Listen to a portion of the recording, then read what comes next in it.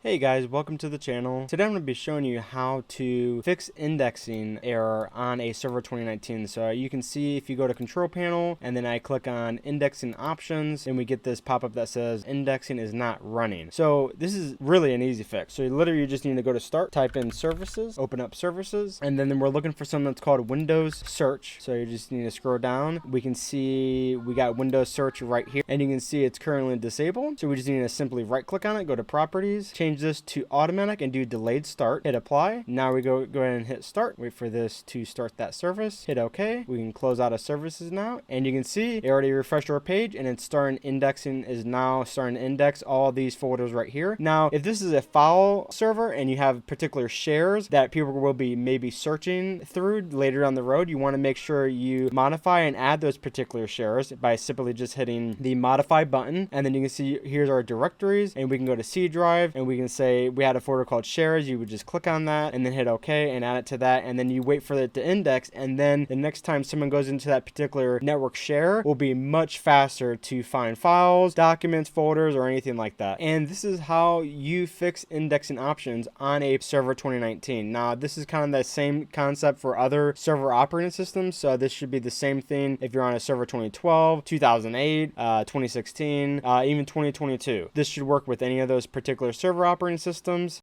One last thing before I let you guys go. The reason why by default server 2019 and all the server versions really, why they disable the search services by default is because in certain scenarios, if you have a cluster shared volume or you're running an RDSH or remote desktop session host, it could cause some issues with that running in the background. So keep that in mind while you're changing these settings. But if you're not doing anything like that, 99% of the time you're not. But like I said, I just want to give you a heads up in case you are running something like that. I hope you liked this video and I hope you found it helpful. If you liked it, please like the video. If you didn't like it, please close your browser and I'll see you guys in the next one.